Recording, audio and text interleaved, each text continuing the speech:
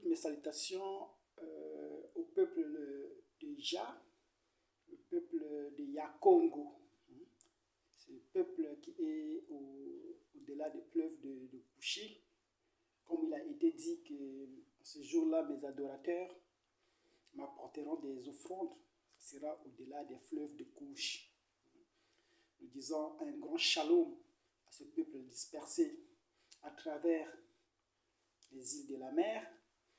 Vous qui appartenez à la grande nation d'Israël, vous révélez, parce qu'il y a Israël physique qui se trouve en Palestine, mais à ce peuple usurpateur, il n'a rien été dit à leur sujet, sinon que ce sont des usurpateurs du nom d'Israël. Et nous savons par la prophétie aujourd'hui que le grand peuple d'Israël, le peuple qui porte le nom de Jah, c'est le peuple béni de l'Éternel qui se trouve dispersé au-delà des fleuves de Kouchi. Il s'agit du grand Congo, voyez-vous, la terre des hommes bénis. Voyez? Nous disons un grand merci aujourd'hui à tous ceux-là qui œuvrent pour faire valoir, voyez-vous, ce grand héritage de l'Éternel. Nous avons lu dernièrement dans le livre de Joël, où il se plaignait, il dit qu'en ce jour-là, je rassemblerai toutes les nations dans la vallée de Josaphat, et c'est là qu'il les jugerait, non? Pourquoi? Parce qu'ils avaient pris son pays, ils ont partagé son pays. Dieu revendique une terre, voyez-vous, c'est cette terre-là qu'il appelle son pays. Il s'agit de son héritage. C'est ça, la terre qui lui appartient, son territoire à lui, là où il avait mis son jardin. Il s'agit effectivement de la terre d'Adam. Lorsque Adam rentra dans la nuit des temps, voyez-vous que Adam fut chassé de cette terre. Voyez-vous, c'est là où il a perdu son titre de propriété. Adam était devenu errant par-ci par-là, mais il avait fallu attendre la rédemption, la plénitude de la rédemption, pour que Adam revienne enfin sur ces terres. Voyez-vous, le prophète des nations de l'âge du passé, parce que la Odyssée, ce n'est pas l'âge actuel, nous appelons ça l'âge passé. Je ne suis pas dans la Odyssée, parce que par conséquent, vous avez quitté l'âge de Malachie 4, non, a déclaré le prophète. Donc, dans le prophète de l'âge passé, qui était William Branham, il l'a déclaré lui-même aussi. Voyez-vous, il a dit que l'Éden était restauré. Or, l'Éden, c'est une terre, voyez-vous. C'est une terre où Dieu a planté un jardin, où il a injecté la vie. Voyez-vous, lorsqu'il créa les cieux et la terre, je disais la dernière fois, il avait choisi une partie de terre où il avait infiltré la vie. Voyez-vous, toute la vie animale, la vie végétale était concentrée sur cet espace. Et c'est sur cette terre-là qu'il a placé toutes les richesses du monde. Voyez-vous, toutes les richesses possibles étaient concentrées sur cette terre. Toutes les matières premières étaient concentrées sur cette terre. Et c'était ça, la terre bénie. C'est cette terre-là qu'il avait donnée à Abraham en héritage. Il a dit que ta descendance héritera de cette terre où coule le lait et le miel. Nous avons vu dernièrement qu'en Palestine, il n'y a pas le lait et le miel qui coulent là-bas. C'est une terre aride où les pluies sont rares. Voyez-vous? Voyez-vous? Il n'y a rien sur cette terre-là en termes de richesse. Mais la terre fertile, la terre qui devrait être arrosée par des pluies, la terre où souffle de vents violents, voyez-vous, la terre où protégée par l'ombrage, voyez-vous, c'est ça, cette grande terre où il y a la forêt équatoriale, voyez-vous, une terre avec des ailes, voyez-vous, c'est cette terre qu'on appelle la terre promise, qui est Israël aujourd'hui.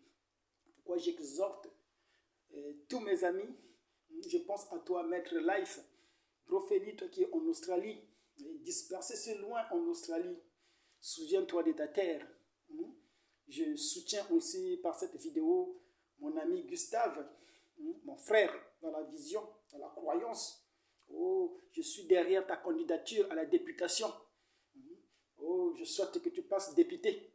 En tout cas, tu as toutes nos bénédictions, tu as tous nos encouragements, parce que nous croyons que lorsqu'il revient dans sa seconde venue, je veux dire dans sa troisième venue, voyez-vous, il revient comme étant le fils de David. Lorsqu'il revient comme étant fils de David, il va directement à Israël. Voilà pourquoi Branham disait que cette glorieuse personne que nous attendons à entrer en scène, voyez-vous, il y a une glorieuse personne qui devrait entrer en scène. Dans le 7e psaume, il dit, si cette glorieuse personne que nous attendons est déjà, voyez-vous, moi je dois diminuer et lui doit croître. Voyez-vous? Parce qu'il dit qu'à l'ouverture du 7e psaume, l'épouse enfantera Christ, la parole. Et c'est cette parole-là qui est Christ. Il dit, c'est quoi Christ? C'est qui Christ? Il dit que Christ, c'est le sceau qui a été brisé. Voyez-vous? Et cette glorieuse personne devrait croître et lui, Branham, devrait décroître, disparaître. C'est ce qui s'est fait, non? Cette glorieuse personne est allée directement en Israël, conformément à ce qu'il avait dit, que de la même manière que les Juifs nous ont amené le message, ceux des nations aussi ramèneront le message qui est Christ à Israël. C'est ce qui s'est fait. Or, rappelez-vous que lorsque les gens des nations ramènent le message à Israël, ça veut dire que l'enlèvement est déjà passé. La glorieuse personne qu'on attendait, qui devrait ramener à ces deux, qui devait saisir les deux témoins, ce n'était pas l'enlèvement. L'enlèvement en ce moment-là est déjà passé. Parce qu'il a dit qu'il vient comme un voleur dans la nuit. Or, la nuit, ce sont les âges de l'Église. La dernière fois, j'étais en train d'expliquer que c'est dans les âges de l'Église, voyez-vous, que l'Église est censée être enlevée. Lorsque vous voyez les sceaux, voyez-vous, d'après le plan de la rédemption décrit dans la révélation des sceaux, nous comprenons que l'Église est enlevée au 4e chapitre de l'Apocalypse. C'est dans le 4e sceau, voyez-vous, qui est l'aigle qui affronte, voyez-vous, les cavaliers qui montaient un cheval livide, noir, qui s'appelait la mort. Or, la mort, c'était ça le péché de la Odyssée. Voyez-vous, il y a l'aigle qui devrait vaincre ce cavalier-là. Voyez-vous, et c'est dans cet âge-là que l'enlèvement de l'Église s'est fait. Donc, l'enlèvement, c'est une histoire passée. Ceux qui attendent l'enlèvement aujourd'hui, ce sont ceux-là qui n'avaient pas d'huile dans leur lampe. Parce que, voyez-vous que les 10 vierges, ils étaient ensemble. Avec les 5 étaient sages, 5 autres étaient folles, n'avaient pas d'huile. Mais ils attendaient ensemble, voyez-vous. Et il y avait le messager avec eux aussi. Parce que c'est le messager qui connaissait l'époux, qui devait présenter l'époux. Et lorsque l'époux vint, le messager a dit, voici l'époux, entrez avec l'époux. Or, il s'avère qu'il n'y avait que 5 vierges qui avaient de l'huile. L'huile qui symbolise la révélation, qui symbolise la compréhension claire des Écritures. Il n'y avait que 5. Et les 5 autres, ayant entendu la voix du messager, n'ont pas compris que l'époux était là. Pourtant, le messager dit, voici l'époux. Il présente l'époux. Ce n'est pas que le messager est parti et l'époux vient derrière. Non, parce que personne ne connaît l'époux. Si ce n'est que le messager, comment Rebecca pouvait-il rencontrer Isaac s'il n'y avait pas Eliezer? Parce que c'est Eliezer qui avait été mandaté pour aller chercher Rebecca. Donc c'est Eliezer qui doit faire la transition. C'est Eliezer qui doit faire les présentations. Voyez-vous? Donc Eliezer qui doit présenter à Rebecca son époux. Et Rebecca, voici ton époux dont je te parlais. Voyez-vous? Comment voulez-vous rencontrer l'époux alors que Eliezer n'est pas là? Nous savons que ça, c'est l'histoire de la Vierge folle. Vous qui n'avez pas la révélation, vous continuez à attendre l'enlèvement alors qu'il est venu pour rencontrer ses frères. Lorsque Joseph vint pour rencontrer ses frères, nous avons insisté là-dessus, son épouse est dans la maison. Voyez-vous? Son épouse est dans la maison, voyez-vous. Il n'y a plus personne, son épouse est dans la maison. Voyez-vous. Lorsqu'il se tourne du côté d'Israël, il change de dispensation, voyez-vous. L'épouse est dans la maison. Il a enlevé un ici, deux là-bas, trois là-bas. Voyez-vous. Et le monde s'est aperçu de rien. Voyez-vous. Beaucoup de gens disparaissent. Vous n'avez pas de leurs nouvelles. Frère Branham dit que c'est ainsi que sera l'enlèvement de l'épouse. Donc l'histoire de l'enlèvement, nous avons emballé, nous avons clôturé et nous avons mis de côté. Voyez-vous. Aujourd'hui, nous parlons de Joseph qui revint visiter ses frères. Et cela se fait à travers la grande prophétie d'Apocalypse 11. C'est pourquoi il dit que cette grande chose, qui est la révélation du 7e sceau, devrait ramener à l'Apocalypse 11, où il saisit les deux témoins, voyez-vous, pour appeler Benjamin, pour appeler les 144 000. Voyez-vous, et les 144 000, nous avons dit que c'était ça, les Israélites dispersés au-delà des fleuves de Couche. Voyez-vous, selon ce qu'il avait été dit, qu'en ces jours-là, mes vrais adorateurs, nous sommes au jour des adorateurs de l'Éternel. Nous ne sommes pas l'épouse de Christ. L'épouse de Christ, c'était les nations. C'était les anglo-saxons. C'était de Paul, Irénée, jusqu'à Branham. C'était ça, l'épouse de Christ. C'était des blancs, des anglo-saxons. Oui. Vous, les Africains, n'attendez pas l'enlèvement, ce n'était pas votre promesse. L'enlèvement, Israël n'est pas concerné. C'était une promesse des nations. Voyez-vous? Aujourd'hui, on voit les Israélites prier, attendre l'enlèvement. Non, frère, vous êtes simplement confus. Vous ne comprenez pas les Écritures. Vous êtes une vierge folle. Vous n'avez pas l'huile. Les Israélites n'attendent pas l'enlèvement. La grande promesse des Israélites, c'était Élie et Moïse, non? Apocalypse 11. En rapport avec Apocalypse 19, parce que lorsqu'il descend, conformément à la prophétie d'Enoch, voyez-vous, lorsqu'il descend, il n'est pas seul. Il est avec des myriades et des myriades. Voyez-vous, c'est ça Joseph, c'est ça David, qui fait son entrée dans Jérusalem.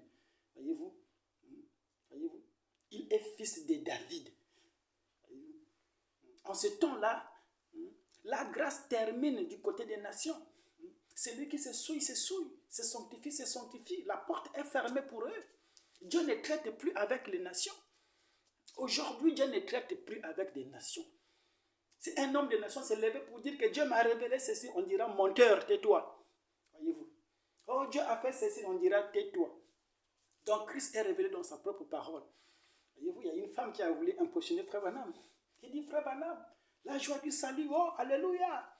Ou le réveil du Seigneur. Madame dit que madame, le réveil est terminé. Oui, le réveil est terminé. On n'est pas agité par toutes ces choses-là. Oh, Dieu m'a dit ceci. Je ne croirais pas. Dans le monde des nations, la porte est fermée. Il y a un cadenas qu'on a été mis. Ceux qui sont restés là dedans, ce sont des prisonniers. Ils sont dans les grincements des dents. Dans les ténèbres du dehors. Voilà pourquoi ils se répartent dans le règne de Satan. Le monde des nations. Voyez-vous que c'est le royaume de l'Antichrist. Comment ils enseignent la masturbation aux enfants de 4 ans dans les écoles.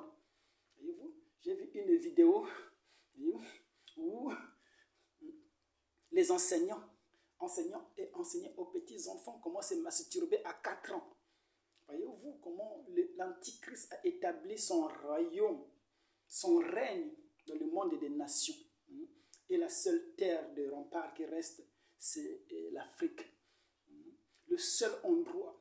Vous savez que lorsque Jésus naissait, dans sa première naissance, dans sa première venue, voyez-vous que les mages, ils ont vu son étoile au loin, voyez-vous, et ils sont venus pour adorer. Voilà.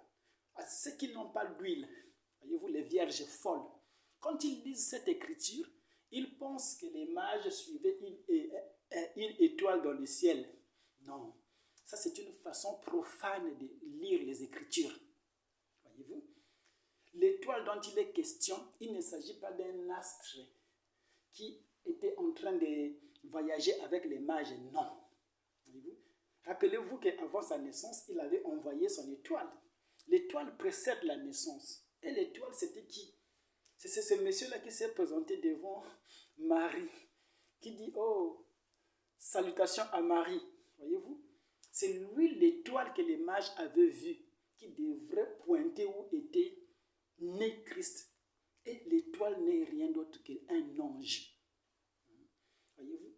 Donc avant la naissance de Jésus, il y avait son étoile qui avait été libérée. Ça veut dire quoi? Sa théophanie. C'était Gabriel, le père de Jésus. Voyez-vous? Qui a dit, je te salue Marie, en qui une grâce a été faite. C'était ça son étoile. C'était ça l'ange qui devrait conduire le Congo, qui devrait annoncer la naissance du Messie. Le Mwanda Congo, qu'on appelle l'ange Gabriel. C'est lui qui a précédé la naissance de Jésus. C'est lui que les mages suivaient. Ce n'était pas une étoile lumineuse ou un astre lumineux, non. On vous avait promis qu'après l'ouverture des sceaux, le langage sera clair, non? Nous ne parlerons plus en parabole, voyez-vous? Le but pour lequel il parlait en parabole, c'était pour que les gens qui écoutaient ne comprennent pas. Aujourd'hui, la promesse, c'est la compréhension. Voilà pourquoi nous écartons les symboles, nous écartons les paraboles, nous disons les choses clairement, afin que même l'insensé puisse comprendre. Parce qu'il a été dit qu'en ces jours-là, voyez-vous, la connaissance augmentera. Voyez-vous. Donc l'étoile que les mages suivaient, c'était l'ange Gabriel. Voyez-vous. Et l'ange devait pointer, les amener où était né le roi des Juifs. C'est ce qui s'est fait au temps de la fin. Lorsque cet enfant-là prodigieux devait naître dans une cabane là-bas au Kentucky, n'est-ce pas qu'il y avait déjà son étoile qui était là? Ça, le témoignage de cette femme-là, lorsqu'il rencontre Frère Branham, il dit que lorsque tu es né, il y avait 3 astres qui formaient une étoile, voyez-vous. Et c'est cette lumière qu'on a vue, que sa maman a vue lorsqu'il est né. Cette lumière qui est allée rentrer, voyez-vous, c'était ce qu'on appelle la colonne de feu. C'est ça l'ange de l'Éternel. C'était ça le Gabriel. Voyez-vous? Parce que pour certains, lorsqu'on parle de Michael, on parle de Gabriel, non, ils voient des anges avec des ailes. Bon, nous ne sommes pas là, c'est un autre sujet. Aujourd'hui, nous parlons du Congo. Voilà. Donc, je disais, Brofeli, il faut penser à investir au Congo. Pourquoi? Parce que le Congo, c'est ça la terre d'asile. Voyez-vous? Lorsque cet ange-là a pointé, lorsque les mages sont venus adorer Isaiah Congo, que vous appelez Jésus, ils ont amené des dons. Voyez-vous? Il y avait de l'or, il y avait l'encens et de la myrrhe. C'était ça, des objets, des valeurs. Dans les dons appropriés, il dit que ces choses devraient identifier la vie de Jésus. Donc la vie de Jésus devrait être accompagnée de toutes ces choses, devrait être identifiée par l'or, l'encens et la myrrhe. Voyez-vous? Dans les attributs qu'il avait reçus à sa naissance, il y avait de l'or. C'est pourquoi Jésus était né millionnaire, voyez-vous, à son époque. Parce qu'il avait reçu de l'or à sa naissance, voyez-vous. C'est ça qui a permis que lorsque Hérode, qui était un édomite, avait entendu que les vrais rois des Juifs étaient nés, voyez-vous. Alors il s'est dit que, vu que le roi des Juifs est né, c'est pour rétablir l'autorité d'Israël. C'est pourquoi il est rentré en affrontement pour vouloir mettre fin à la vie de Jésus. Mais savez-vous où est-ce que Jésus fut amené? Jésus fut amené en Égypte. Jésus devait descendre en Afrique. Voyez-vous? Il devait repartir dans les forêts du Congo. Voyez-vous, pour se cacher. Parce qu'il n'y a qu'une seule cachette. C'est en Afrique. C'est au Congo. C'est dans Obercaille. Voilà pourquoi vous tous qui êtes dispersés dans les îles de la mer, pensez à votre refuge. Parce que lorsque l'ennemi se met derrière vous, comme il a été dit, parce que vous savez que lorsque on veut rétablir l'autorité d'Israël, il y a une guerre qui s'engage. Voilà pourquoi il dit qu'en ce jour-là, je rassemblerai les nations dans la vallée de Josaphat. C'est quoi la vallée de Josaphat? Nous allons nous atteler sur ça pour montrer c'est quoi la vallée de Josaphat. Parce que c'est dans cette vallée-là que le roi du Nord aussi, qui est Vladimir Poutine. Oh, nous aimons Vladimir Poutine. Nous aimons Vladimir Poutine. Il a tout notre soutien. Nous l'aimons beaucoup parce que c'est un élément qui a été mis là pour défendre la cause des enfants de Jacob. Voyez-vous, c'est grâce à Vladimir Poutine que Israël, voyez-vous, va rétablir son autorité. Voilà pourquoi j'ai dit, béni sois-tu, bro Gustave, pour le courage que tu as eu. Tu passeras député. Tu seras notre Néhémie. Voyez-vous, alors que Dieu est en train de redresser ce grand pays qu'on appelle, ce grand continent qu'on appelle le Congo. Voyez-vous, le Congo, comme disait Mobutu, c'est comme l'Afrique, c'est comme un revolver. La gâchette se trouve au Congo. Voyez-vous, c'est ça le symbole de la terre promise. Voyez-vous, nous te bénissons, bro Gustave. Nous allons nous arrêter là pour vous souhaiter une bonne journée et vous envoyer beaucoup d'amour, vous qui aimez la prophétie. Merci.